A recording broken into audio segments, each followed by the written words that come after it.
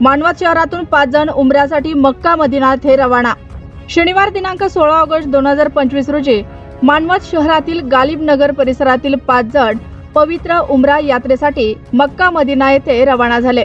Manwat road येथून रेल्वेद्वारे मुंबईकडे प्रस्थान करून तेथून विमानाद्वारे पुढील प्रवास सुरू झाला।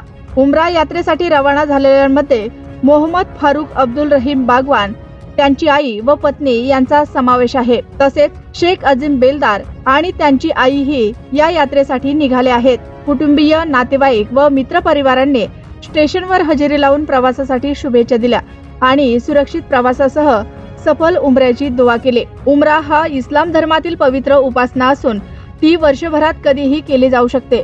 यात्रेदरम्यान उमरकर्ते हरम शरीफ मध्ये प्रवेश करून तवाफ, सही यांसह विविध धार्मिक अर्हता पूर्ण करतात।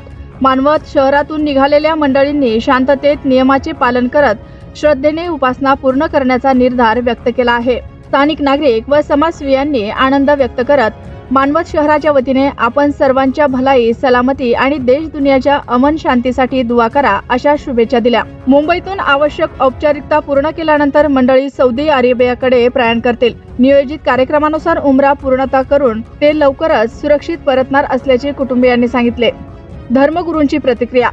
मानवत शहरातील प्रसिद्ध धर्मगुरू मौलाना सुलतान मिली साहेब यांनी सांगितले की उमरा ही इस्लाम धर्मातील महत्त्वाची इबादत आहे। आपल्या शहरातून गालिब नगरातील 5 जण उमऱ्यासाठी रवाना झाले ही आनंदाची बाब आहे।